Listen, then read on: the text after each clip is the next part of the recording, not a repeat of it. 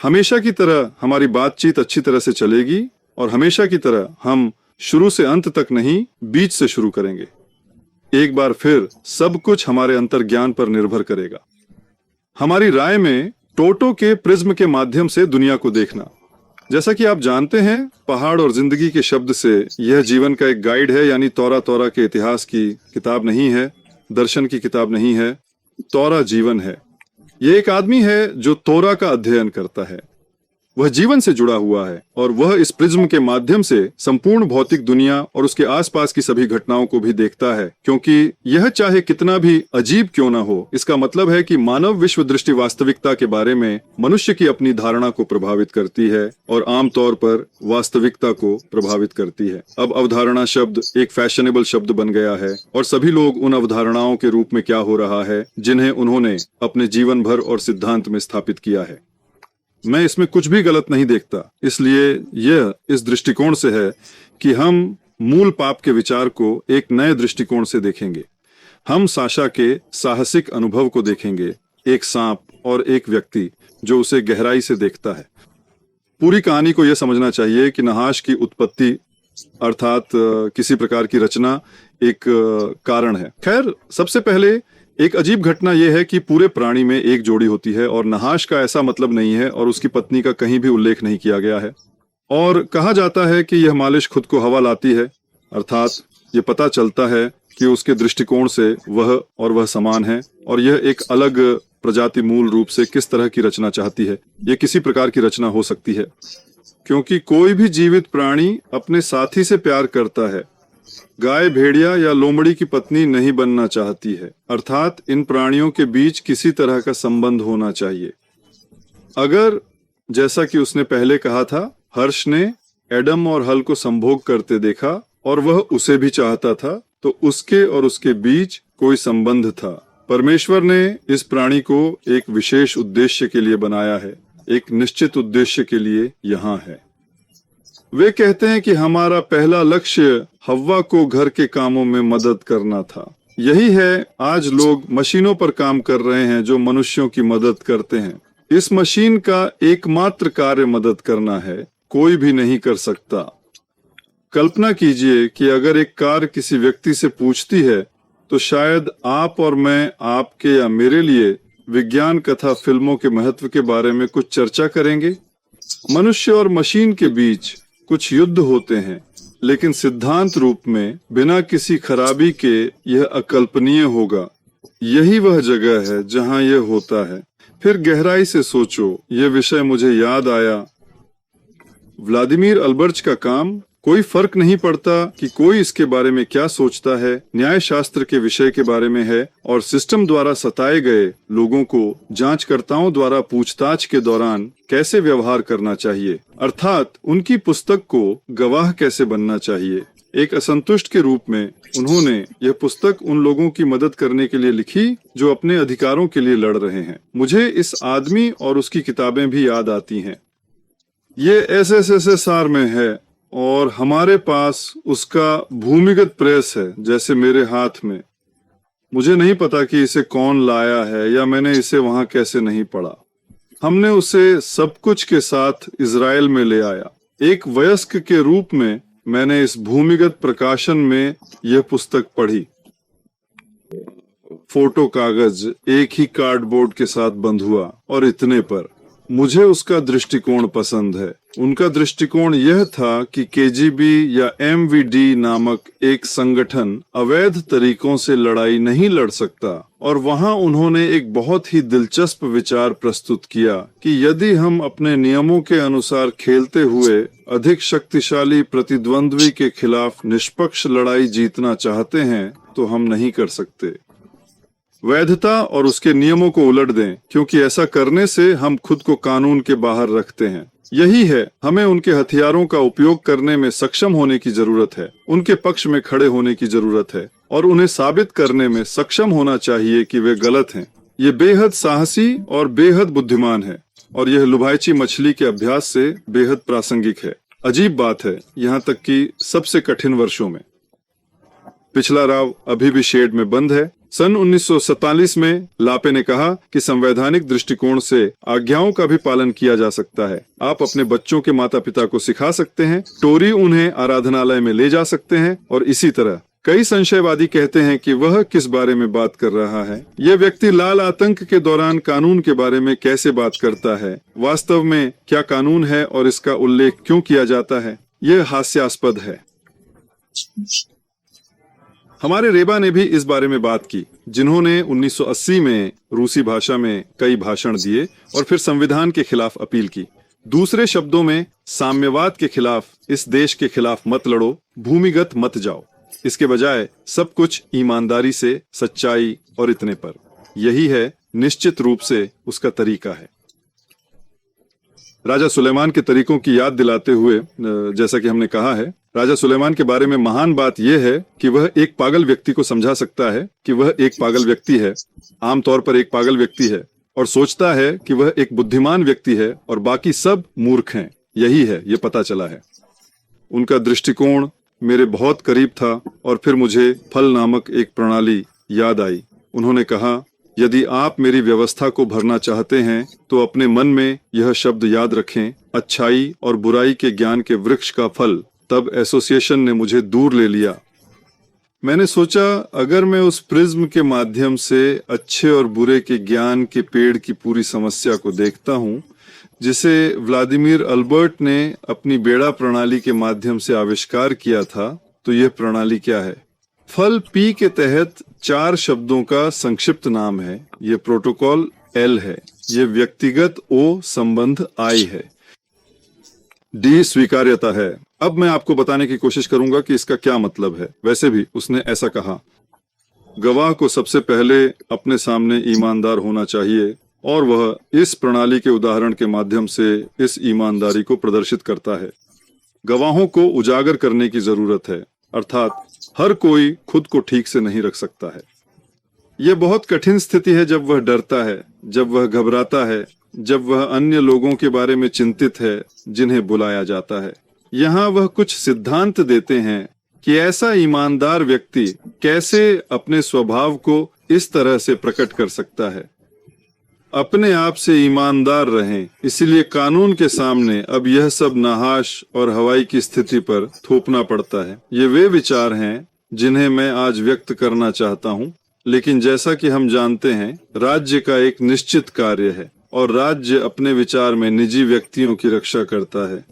एक व्यक्ति अपनी निजी संपत्ति को दुश्मन के आक्रमण से बचाता है आदि। दूसरी ओर एक देश है। व्यक्तित्व को दबाने के गुण यही हम देख रहे हैं। एक शक्तिशाली राज्य व्यक्तित्व को बहुत दबा सकता है। यह हमेशा उस व्यक्ति का नौकर नहीं बन सकता है। लोकतांत्रिक देशों में भी व्यक्तियों को दमनकारी संस्थाओं द्वारा दमन किया जाता है और निश्चित रूप से यह मुख्य रूप से न्यायपालिका पर लागू होता है। सुरक्षा एजेंसी। इसलिए हम अपने आप को इस द्विपक्षता की कल्पना करते हैं। हम समझते हैं कि अच्छाई और बुराई का ज्ञान वृक्ष भी एक द्विपक्षीय अच्छाई और बुराई का ज्ञान वृक्ष है, और अच्छाई और बुराई राज्य की तरह अच्छाई की विशेषताएं हैं। एक ओर, दूसरी ओर यह बुराई में बदल सकता है। यह अच्छाई और बुराई के ज्ञान का वृक्ष है, अर्थात यहाँ अच्छाई और बुराई ज्ञान के एक निश्चित संतुलन पर है। यदि स्थिति अच्छी या बुरी है तो यह पहले से ही इस बात पर निर्भर करता है कि वह व्यक्ति उसके बारे में क्या जानता है। सामान्य तौर पर उसकी आंतरिक दुनिया, वह स्थिति से कैसे निपटेगा, वह इसे कैसे हल करेगा, वह इसे कैसे देखेगा। राज्य के लिए भी यही सच है। राज्य सिर्फ एक नैतिक व्यक्ति या अनैतिक व्यक्ति के हाथों में एक उपकरण है, और अगर वह अनैतिक है तो राज्य वास्तव में अनैतिक हो जाता है।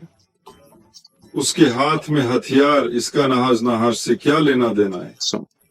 उदाहरण के लिए, जांचकर्ता हवा एक गवाह है। गवाहों और जांचकर्ताओं के बीच की बैठक हमेशा बहुत अजीब होती है। अपनी पुस्तक में उन्होंने जांचकर्ता को एक मनोवैज्ञानिक की तरह एक बहुत ही सूक्ष्म व्यक्ति के रूप में वर्णित किया। वह अभियुक्त को दिल से दिल की बातचीत के लिए बुलाना पसंद करता है। उसे इसकी आवश्यकता क्यों है? उसे यह पता लगाने की जरूरत है कि यह आदमी किस तरह का व्यक्ति है।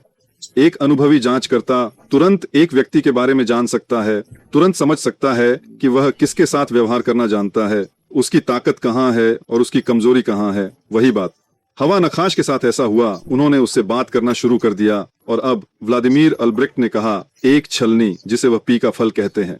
यह एक समझौता है कि जब जांचकर्ता किसी व्यक्ति को बुलाता है और वह यह सुनिश्चित करना चाहता है कि वह उससे निपट सकता है, मनोवैज्ञानिक रूप से सामना कर सकता है, वह उसे दिल से दिल की बातचीत के लिए बुलाता है। और एक व्यक्ति आराम करता है और सोचता है कि सिद्धांत रूप में जांचकर्ता एक सभ्य व्यक्ति है, एक बुद्धिजीवी है और सुंदर बात करता है। वह बोलना चाहता था, जानना चाहता था और पहले शब्दों के साथ गवाह का उपयोग करना चाहता था। क्या यह एक समझौता है जो आपने अधिकृत किया है? कॉमरेड जांचकर्ता, क्या आप मुझसे बात करना चाहते हैं? चाय के लिए मेरे पास आओ, हम फुटबॉल और ताज़ा खबरों पर चर्चा करेंगे। अगर आपने मुझे बात करने के लिए आमंत्रित किया और परिणाम की बात कर रहे हैं तो चलो सब कुछ लिखें। प्रोटोकॉल 1 स्क्रीन है। जांचकर्ता विशिष्ट बातचीत कर रहे हैं, पहले से ही प्रतिबंध हैं और जब दिल की बात होती है तो कोई प्रतिबंध नहीं होता और कुछ दर्ज नहीं होता। वह ऐसे प्रश्न पूछ सकता है जो कानून द्वारा प्रतिबंधित हैं। जब सब कुछ समझौते के अनुसार होता है तो उसने खुद को नियंत्रित कर लिया है। साथ ही वह भविष्य का प्रतिवादी भी है। उसके पास एक बॉस है। वह इस समझौते को देखने और इसे अवैध घोषित करने की संभावना है और वह खुद प्रतिवादी बन जाएगा। नहाश के साथ क्या हुआ? नहाश को हवा को चुप रहने में मदद करने के लिए बनाया गया था। क्या यह सच है कि एदोम के बगीचे के सभी फल खाने योग्य नहीं है? राम शोशी ने कहा कि किस सवाल का ऐसा जवाब मूर्खतापूर्ण सवाल है। उन्होंने हवा आदम को भी खाते हुए देखा। एदोम के बाग वह जानता है कि केवल ज्ञान, अच्छाई और ज्ञान का वृक्ष ही फल लाता है। वह क्यों? एक मूर्खतापूर्ण सवाल पूछा गया। राशि ने जवाब दिया। उन्होंने यह सवाल सिर्फ बातचीत शुरू करने के लिए पूछा। हवा को क्या करना चाहिए? उसे पिलाफ शब्द की छलनी पी का उपयोग करना चाहिए और उसने कहा, आप कौन हैं कॉमरेड नहाश, जिनके पास मुझसे बात करने का अधिकार है? आप वास्तव में कौन हैं? तुम्हें मेरे आदेशों का पालन करना चाहिए। बस इतना। यह एक गलती है। यही है, जब आप किसी ऐसे व्यक्ति से बात करते हैं जिसका स्तर आपके बराबर नहीं है तो आपको यह सुनिश्चित करना होगा कि यह वास्तव में ऐसा है। यही है, जांचकर्ता शुरू में आपके पास आएंगे और एक पदानुक्रम स्थापित करने की कोशिश करेंगे।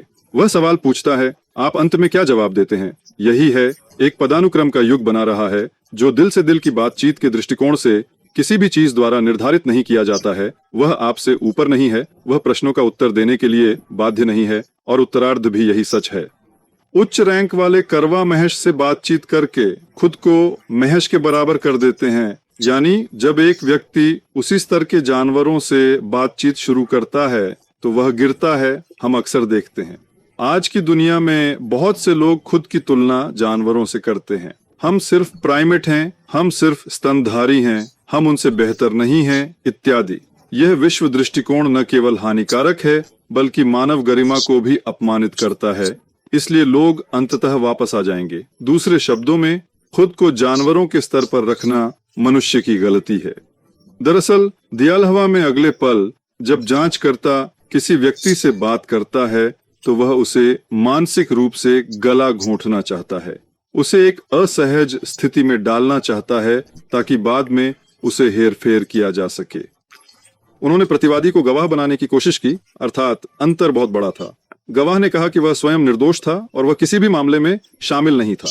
वह शांत था, यह कहा जा सकता है, और किसी अन्य व्यक्ति के बारे में बात कर रहा था जिसे उसने देखा था, नहीं देखा था, मुझे पता था, मुझे नहीं पता था। अंत में यह पूरी तरह से अलग बात थी। यह पहले से ही चिंता के लायक है, उसे दोषी ठहराया जा सकता है, उसे जेल में डाल दिया जा सकता है आदि। इसका मतलब है कि जांचकर्ता के नीचे संकेत देता है कि वह खुद पीछे बैठ सकता है यदि वह सही ढंग से नहीं कहता है कि जांचकर्ता क्या चाहता है। उदाहरण के लिए, मैं झूठी गवाही चाहता हूं, या क्योंकि वह अपराधियों को कवर करता है, जांच में सहयोग नहीं करता है, और इसी तरह। यही है, ऐसे संकेत हैं जो गवाहों की मेज को नीचे गिरने की कोशिश कर रहे हैं। वह चिंतित होने लगा और खुद को सही ठहराने के लिए बहुत कुछ बोलने लगा और वह इस मामले में अपनी ईमानदारी दिखाना चाहता था। जांचकर्ता, इसलिए वह एक ईमानदार और अच्छे व्यक्ति के रूप में बहुत सारी बकवास कहना शुरू कर देता है, लेकिन फिर भी खुद को साबित करने के लिए वह बहुत सारी अनावश्यक जानकारी कहता है जो एक पेशेवर जांचकर्ता की आवश्यकता है। एक बार जब उसे बहुत सारी जानकारी मिलती है तो वह उस व्यक्ति को झूठी गवाही देने के लिए पकड़ने की कोशिश करेगा। वास्तव में एक व्यक्ति वास्तव में भूल सकता है, कभी कभी वह बहुत कुछ बोलता है, कभी कभी वह खुद का विरोधाभास करता है। ऐसे ही लोग रहते हैं। कभी कभी एक व्यक्ति कुछ खत्म नहीं करता है, फिर वह जोड़ता है और फिर जांच करता सुराग को पकड़ता है और यह साबित करने की कोशिश करता है कि वह झूठ बोल रहा है। अगर हम नहाश और हवाई के बीच की बातचीत को देखें तो हम देखेंगे कि यही बात चल रही है। हवा ने हर्षा से कहा कि भगवान ने हमें रोक नहीं दी, हजारों वृक्षों के फल और एदोम के बाग के फल और अधिक है। यह सिर्फ बातचीत नहीं है, वह एक अर्थ में खुद को उचित ठहराने की कोशिश करती है। यह कहती है कि नहीं, भगवान इतना बुरा नहीं है, उसने हमें केवल एक पेड़ पर प्रतिबंध लगाया है।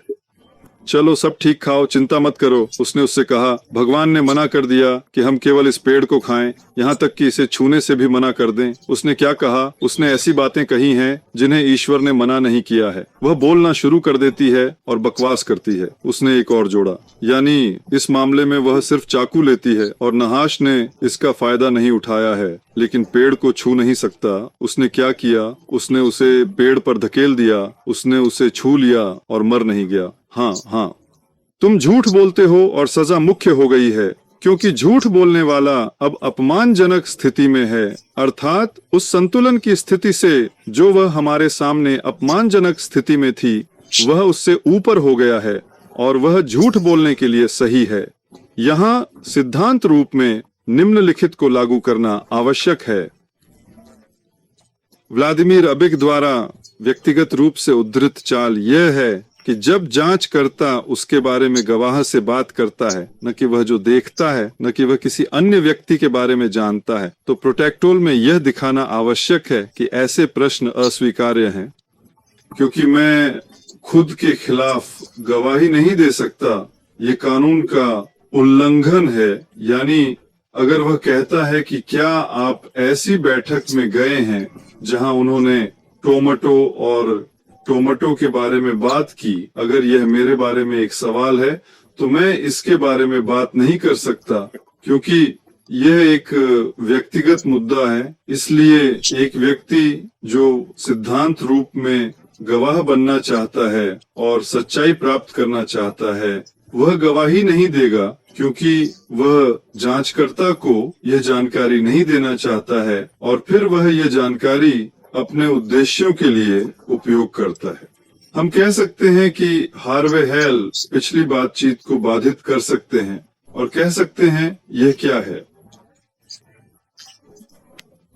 आप वास्तव में मुझ पर आरोप लगाते हैं। आप कौन हैं और आप मुझ पर झूठ बोलने का आरोप क्यों लगाते हैं? हाँ, मैंने कहा कि इस पेड़ का फल खाया नहीं जा सकता। मैंने कहा कि यह मेरा व्यक्तिगत मामला है और मैं इन चीजों को इस तरह देखता हूँ। मैं न केवल इसे खाता हूँ बल्कि इसे छूता भी हूँ। आपका क्या व्यवसाय है? आप मुझ पर क्या आरोप लगाते हैं? आप वास्तव में कौन हैं? छूना या न छूना मेरा निजी मामला है और यहाँ तक कि मुझे यह पता लगाने का अधिकार है कि आप मुझ पर झूठ बोलने का आरोप लगाने का नैतिक आधार क्या है। तुम कौन हो? व्लादिमीर एबर्ट द्वारा उल्लेख किया गया अगला बिंदु दृष्टिकोण के बारे में है, अर्थात एक जांचकर्ता एक प्रश्न पूछ सकता है जो हमेशा सिद्धांत रूप में मामले के लिए प्रासंगिक नहीं होता है। उदाहरण के लिए, एक व्यक्ति की पोशाक कैसी है या गवाह किसी व्यक्ति की पांडुलिपि के बारे में क्या सोचता है, अर्थात सब कुछ जो मामले के लिए प्रासंगिक नहीं है। जिस मामले पर चर्चा की गई थी, उसने सुझाव दिया कि रिकॉर्ड में लिखे जांचकर्ता के प्रश्न का उल्लेख नहीं किया गया था। यह बात नहीं है, इसलिए गवाह ने जवाब देने से इनकार कर दिया। इस तरह यह जांचकर्ताओं की जानकारी का उपयोग करने की क्षमता को सीमित कर सकता है जिसे जांचकर्ताओं की आवश्यकता है। वह क्या चाहता है? जांचकर्ता अपने सारे ज्ञान को दूसरे जांच मामले में दूसरे व्यक्ति को दिखाने के लिए सूचना के टुकड़ों का भी उपयोग करता है। उदाहरण के लिए, यहाँ एक व्यक्ति ऐसे और ऐसे कपड़े पहनता है, ऐसे और ऐसे नंबर पहनता है। वह किसी अन्य व्यक्ति को इस ज्ञान से प्रभावित कर सकता है जो कहीं से आता है और इस प्रकार उसे मनोवैज्ञानिक रूप से तोड़ सकता है। ठीक है, हम सब कुछ जानते हैं। आपसे झूठ बोलने का कोई फायदा नहीं है। हम यह भी जानते हैं कि आप कैसे कपड़े पहनते हैं और पियानो बजाते हैं या नहीं। दूसरे शब्दों में, पूछताछ के दौरान ये सभी विवरण जो बकवास प्रतीत होते हैं दूसरों पर निर्णायक प्रभाव डाल सकते हैं। बस इतना ही। एक ईमानदार व्यक्ति को इस जाल से बचाने के लिए उन्होंने जांचकर्ताओं की क्षमता को सीमित करने और जानकारी नहीं देने का सुझाव दिया। कानूनी रूप से कैसे किया जा सकता है? प्रश्न प्रासंगिक नहीं है। अंतर यह कि व्यक्ति क्या पहनता है, वह कौन सा संगीत वाद्य यंत्र बजाता है। यहाँ एक हवा और नाहाश के समानांतर है। जब नहाश को पता चला कि वह झूठ बोल रही थी तो वह मनोवैज्ञानिक रूप से टूट गई। अब वह एक दृष्टिकोण दे रहा है। ये किस तरह की समस्या है? अब वह अचानक हवाई से अच्छाई और बुराई के पेड़ के फल के बारे में बात करना शुरू कर देता है, या आप इसे खा सकते हैं या नहीं। उसने परमेश्वर के बारे में बात करना शुरू कर दिया। लेकिन परमेश्वर ने तुम्हें बिल्कुल भी मना क्यों किया? किस ईश्वर को नैतिक अधिकार है, या वह सिर्फ प्रतियोगियों से डरते हैं? अल्लाह जानता है कि यदि तुम इस फल को खाओ तो तुम उसके समान हो जाओगे। इसलिए उसने प्रतिबंध लगा दिया। ऑल्बर्ट की प्रणाली से स्टोकोवा को समझना चाहिए। लेकिन अंतर क्या है? यह क्या मामला है? क्या दृष्टिकोण पूछे गए प्रश्नों से संबंधित है? परमेश्वर सृष्टिकर्ता, परमेश्वर ने मुझे बनाया। आदम, परमेश्वर ने मुझे मना किया। परमेश्वर का जो भी कारण है, सिद्धांत रूप में यह हैश के बारे में एक प्रश्न है, और उसकी प्रस्तुति का निषिद्ध फल है या नहीं से कोई लेना देना नहीं है। लेकिन नहाश ने मनोवैज्ञानिक रूप से हवा को तोड़ने के बाद वह पहले से ही इसे तोड़ना जारी रख सकता है। वह पहले से ही उसमें हेरफेर कर रहा है। उसने परमेश्वर की ओर अपना हाथ उठाया जिस पर उसने आरोप लगाया था। सामान्य तौर पर ऐसे तुच्छ मामलों में वह नहीं चाहता कि लोगों को समान अवसर मिले। दिलचस्प बात यह है कि यहाँ तक कि एक्स पर भी वह सहमत है कि भगवान अभी भी निर्माता है। वह इस बात से सहमत है कि ठीक है, यह एक तुच्छ प्रश्न है। सिद्धांत डी का अगला बिंदु नैतिक दृष्टिकोण से स्वीकार्यता है। यानी कभी कभी जांचकर्ता ऐसे प्रश्न पूछते हैं जिनका उत्तर नैतिक दृष्टिकोण से बहुत मुश्किल होता है। उदाहरण के लिए, आपके दोस्त के खिलाफ गवाही देना एक रिश्तेदार नहीं है, बल्कि एक रिश्तेदार के खिलाफ गवाही देना है। उदाहरण के लिए, कानूनी दृष्टिकोण से पत्नी गवाही नहीं दे सकती है, यह स्वीकार नहीं किया जाएगा।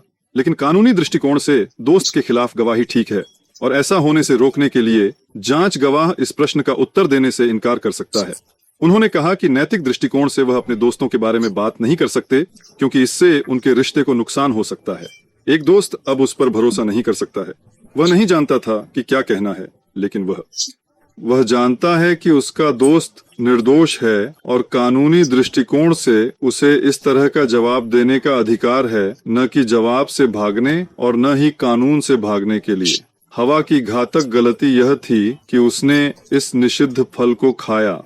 नताशा के नक्शेकदम पर चलते हुए वह उसे तोड़ने में कामयाब रहा, और जब वह उसे समझाता है तो वह केवल एक बात कहता है, तुम तुरंत नहीं मरेगी। उसने भगवान या आदम के दोस्तों से राय सुनी है, लेकिन यह सिद्धांत रूप में है। वैसे भी उसने सुना है कि जो भी अच्छे और बुरे ज्ञान का पेड़ खाता है, नहाश मर जाएगा। वह कहता है, आप नहीं मरेंगे। वह उस पर विश्वास क्यों करती है? वह उस पर विश्वास करती है क्योंकि वह मनोवैज्ञानिक रूप से टूट गई है। उसने खुद को नहाश के बराबर रखती है।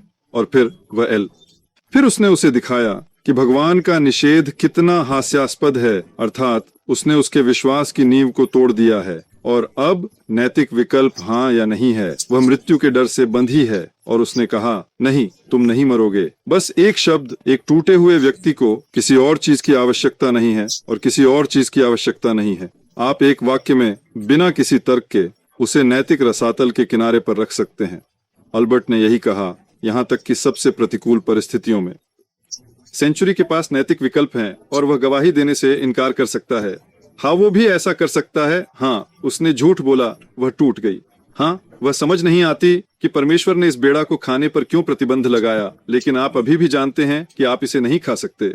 यह आपकी नैतिक पसंद है। वह यह कहकर पूरी कहानी को रोक सकती है कि मैं अपने निर्माता की अवज्ञा नहीं करूंगा, जो मेरे दृष्टिकोण से अस्वीकार्य है। हाँ, आप सही हैं, भगवान इतने पवित्र हैं, मैंने झूठ बोला, लेकिन फिर भी अंतिम कदम है। खैर, वह गिर गई और वह ऐसा नहीं कर सकी।